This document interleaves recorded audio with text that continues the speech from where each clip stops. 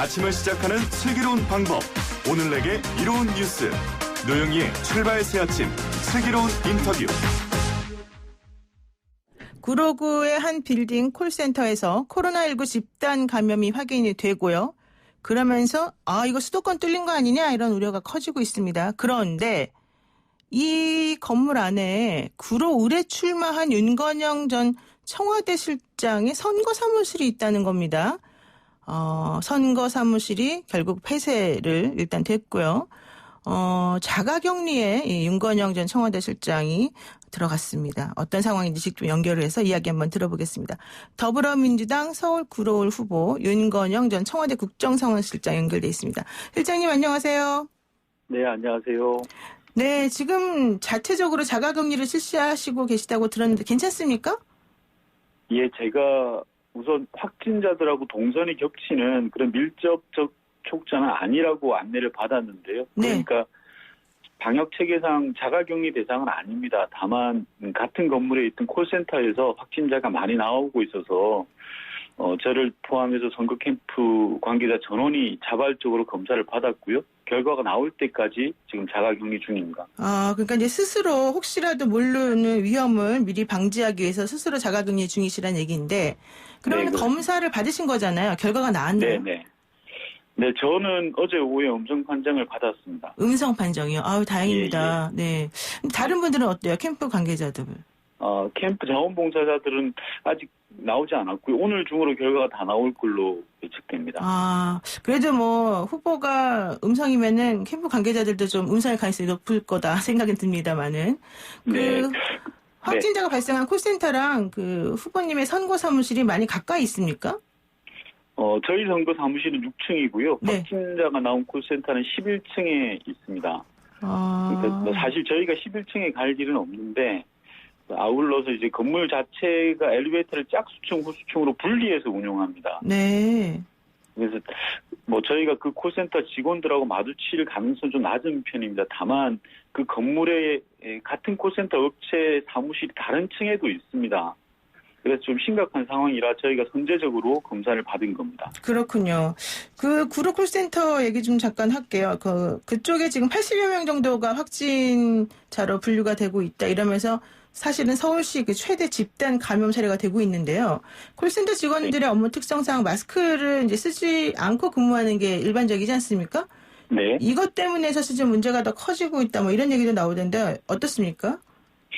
맞습니다. 콜센터는 특성상 좁은 곳에서 많은 사람들이 밀집돼서 일을 하고 있고요. 또 하루 종일 말을 해야 되는 그런 상황이고 마스크 쓰고 하기가 좀 다소 힘든 상황입니다. 아울러서 영세업체들이 많아서 사회적 거리두기를 지금 강조하고 있지만 이게 적용하는데 어려운 여건이 또 사실입니다. 그래서 집단 발병 가능성이 높은 그런 시설에 대해서는 좀 특별한 대책, 특히 중소업체 근로자들에 대해서는 재택근무를 강화한다든지 발열 모니터링을 강화한다든지에 대한 각별한 대책이 좀 필요할 것 같고요.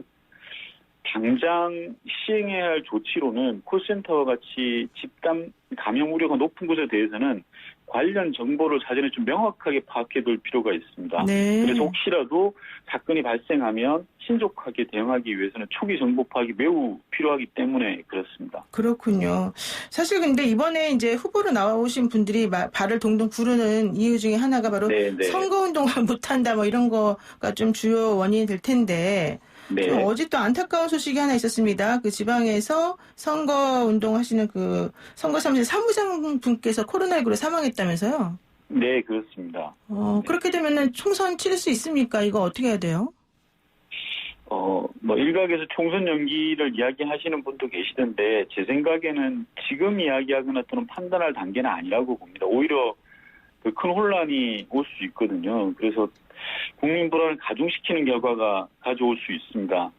그야말로 신중하게 접근해야 될 문제이기 때문에 물론 상황을 지켜보면서 어느 때가 되면 판단할 수 있습니다만 분명한 건 지금은 아닌 것 같습니다. 그리고 지금은 워낙 전대미문의 상황이 벌어지고 있지 않습니까? 그래서 이 국난에 가까운 코로나19 상황을 극복하기 위해서는 일단은 힘을 모아내는 게 우선일 것 같습니다. 네, 선거에 나선 후보자 입장이라기보다는 일반 국민 입장에서 우리 국민들도 같이 걱정하는 그런 모습이신데요.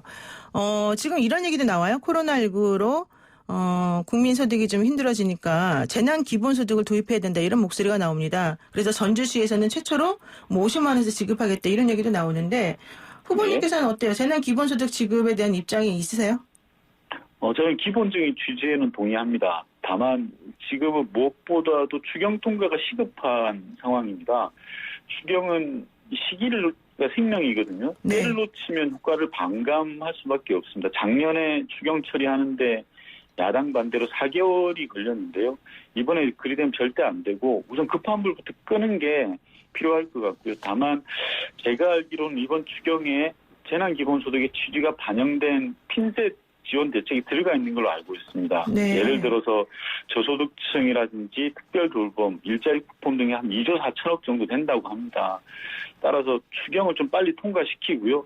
재난기본소득 같은 경우에는 사회적 공론을 모아서 나갈 필요가 있다고 생각합니다. 그런데 야권에서는 이거 포퓰리즘이다. 선거철 다가오니까 이런 식으로 하는 거 아니냐 뭐 이런 비난도 있어요. 네. 그 말씀 드리고 싶은데 거리에 나가서 국민들 한 5분만 만나보시라는 말씀 드리고 싶습니다. 얼마나 상황이 어렵고 좀 신속한 지원 대책이 필요한지 잘 알 수 있을 거라고 생각합니다. 그러니까 포퓰리즘은 절대 아니다. 지금 네. 국민들이 너무 힘들어하니까 당연히 도와야 되는 거다. 이런 입장이시군요. 네, 그렇습니다. 좋습니다. 이제 민주당 사정도 한번 좀 알아볼게요. 그 더불어민주당이 4.15 총선에서 사실은 이제 준연동형 비례대표제를 소위 4+1 협의체랑 같이 통과시켰어요. 그런데 그러다 네네. 보니까 비례연합정당 얘기를 안 할 수가 없게 됐습니다. 민주당 때문에. 어떻게 네. 보세요? 우리 후보는. 예. 우선 당 지도부가 당원 투표를 통해서 총의를 모아내겠다라는 방침을 밝혔습니다. 결국 당원들이 집단 지정을 통해서 합리적인 선택을 하실 걸로 저는 그렇게 생각합니다. 그런데 그동안에 사실은 그 미래한국당과 같은 위성정당 혹은 비례정당에 대해서 민주당이 꼼수 정당이다 이러면서 좀 비난을 많이 하지 않았나요? 네, 네, 그렇습니다. 네. 그렇지만 그럼에도 불구하고 선택을 할 수밖에 없다 이렇게 보세요? 저는 뭐 비례연합 정당이든 뭐든 미래통합당의 꼼수 정치는 반드시 막아야 된다고 생각합니다. 네. 만약에 미래통합당의 꼼수 정치가 원칙을 이기게 된다면 그 미래통합당이 일당이 되고 그럼 다시 이명박근혜 시절로 돌아가는 그런 상황이 될지도 모릅니다.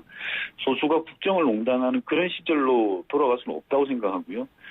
국민들이 촛불 들고 이런 많은 개혁들이 다시 물거품 되는 거는 볼 수 없는 거 아닌가 그런 생각을 하고 있습니다.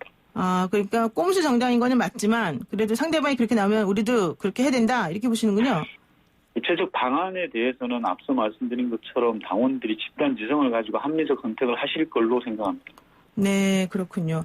좋습니다. 구로을에 지금 출마를 하신 거잖아요. 네. 지금 3선의 미래통합당 김용태 의원이 강력한 후보로 지금 그 자격 공천 돼 있는데 어떻게 생각하세요? 김용태 의원님은 국회 경험도 많고요. 중진 의원이시고 미래통합당에서는 나름 합리적인 입장을 가지고 계신 그런 분이었습니다.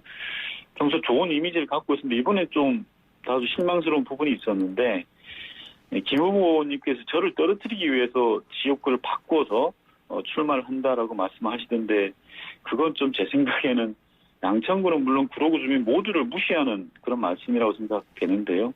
국회의원은 누구를 떨어뜨리기 위해서 되는 자리나 출마하는 그런 건 아니라고 생각하기 때문입니다. 근데 김용태 의원은 사실은 이제 뭐 구로을에 공천되기 전에 본인의 지역구가 양천이었는데 미리 그때부터 나는 양천에서는 안 나간다 이런 얘기를 원래 하지 않았나요? 그러니까 굳이 뭐 윤건영 이 후보를 떨어뜨리기 위해서 나갔다라고 보긴 좀 곤란하지 않습니까? 김 후보님 본인께서 그렇게 출사표를 던지고 구로로 출마를 하셨습니다. 요번에요? 예. 그 김용태 의원이 이제 저희 프로그램에 출연을 하셔서 네. 선거 전략인지 뭔지 잘 모르겠지만 어쨌든 윤 실장에게 지금 질문을 던졌습니다. 문재인 정부가 잘한 거 3가지만 말해라 이런 얘기였거든요. 대답을 해주신다면. 네. 좀 답답한 생각이 드는데요. 그 3가지를 말씀 못 드리는 게 아니라 앞서 우리가 말씀 나눈 것처럼 좀 어제 구로 콜센터 집단 감염 사태가 발생했고 구로 주민들 입장에서는 굉장히 불안하고 심리적으로 위축되는 상황인 건데 그런 시기에 꼭 그렇게 정치적 공격을 하는 게 맞냐. 저는 선거 때는 솔직히 공격할 수 있다고 생각합니다. 그런데 때를 가려져야 되는데 어제는 좀 아니었던 것 같고요. 네. 만약에 구로 주민들이 저하고 김용태 후보가 그런 정치적 공방을 벌리는 걸 라디오 방송을 들으면 어떤 생각이 들까라는 생각을 해봤을 때는 우선은 집단 감염이라는 콜센터 집단 감염이라는 비상한 상황을 극복하는 데 집중하고 정치적 공방은 그 다음에 얼마든지 할 수 있다 그렇게 생각합니다. 그러니까 지금은 우리가 뭐 지금 선거운동 이런 것 때문에 싸울 때가 아니라 힘을 좀 합쳐야 되는 때다. 그런데 김용태 의원처럼 이렇게 삼선의 중진 의원이 지금 타이밍을 좀 못 맞춘 발언하는 건 좀 섭섭하다 이런 얘기신 거예요? 섭섭하기보다도 주민에 대한 예의가 아닌 것 같습니다. 그렇군요. 이제 저희 그 김용태 의원 같은 경우는 저희 방송에 월요일날 출연을 하셔서 이제 말씀하셨는데 사실 저희 방송에서만 말씀하신 건 아니에요. 다른 방송에서나 인터뷰에서도 문재인 정부 심판론을 이번 선거에서 본인이 조금 적극적으로 얘기하겠다 이런 얘기를 했어요. 뭐 저는 충분히 할 수 있는 이야기라고 생각합니다. 다만 구로구에서 80여 명의 집단 발병 사태가 난 지금 시기까지 그렇게까지 하실 필요가 있냐 이 말씀을 드리는 겁니다. 아 그렇군요. 그런데 사실은 이제 윤 실장의 가장 장점이라고 하면 장점일까 또 특징이라고 하면 특징일까 문재인 대통령의 복심이다 이런 얘기가 사실은 있지 않습니까? 네. 청와대 국정상황실장을 역임한 입장에서 좀 본인이 어쨌든 이 김용태 의원의 얘기라던가 아니면 국민에게 혹은 구로 쪽에 계시는 주민들에게 하시고 싶은 말씀이 있다면 어떻게 말씀하시겠어요? 지금은 코로나19 극복이 무엇보다 최우선 과제라고 생각합니다. 코로나19 극복을 위해서는 여야가 필요가 없고요. 모두가 힘을 합쳐야 된다고 생각을 합니다. 우선 정부가 다소 이렇게 신뢰감 없이 일을 추진할 것처럼 보일 수도 있는데요. 우선은 정부를 믿고 코로나19 극복에 집중을 하고요. 코로나19 극복을 잘했냐 못했냐 이런 평가는 다 수습한 다음에 모든 일이 해결된 다음에 하는 게 어떨까.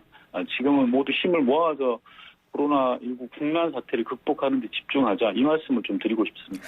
그런데 이제 이건 실례된 질문일 수도 있는데 지금 말씀은 이제 코로나19가 지금 매우 중요하니까 이 얘기부터 먼저 하고 나머지는 나중에 하자는 것처럼 들려요. 근데 언제 끝날지 모르는 코로나19를 계속 기다리다 보면 윤 시장님은 선거운동 안 하시겠네요? 못 하시겠네요? 아닙니다. 선거운동은 주민들이 전체적인 걸 보고 판단하시리라고 생각합니다. 네. 그리고 지금 지역에 나가보면 거리에 나가보면 주민들 상황이 굉장히 심각하거든요. 거리에 사람이 없을 정도라고 합니다. 며칠 전에는 택시업계 종사자분을 뵀는데 거리에 사람 자체가 나오지 않는다는 거고 식당에 가봐도 사람이 없습니다. 하루에 손님 2분이 오셨다는 것도 제가 봤습니다. 그런 상황을 우선 극복하자라는 말씀의 지시를 드린 겁니다. 네, 그렇군요. 그럼 만약에 지금 이제 코로나19가 끝났다고 치면 이제 어떻게 하시겠어요? 당연히 국민들을 적극적으로 만나 뵙고 그리고 제가 가진 구로 발전에 대한 비전 그리고 국가에 대한 국가 정책에 대한 약속들을 가지고 주민들을 만나 나가야 된다고 생각합니다. 네, 그렇군요. 이제 이번 선거 같은 경우는 뭐 여당 심판론이다, 야당 심판론이다, 뭐 이제 말이 많아요. 그러면 구로 쪽에서는 결과론적으로는 여당 심판론이 좀 화두로 떠오를 가능성이 좀 있는데 그거는 좀 공평하다고 보세요?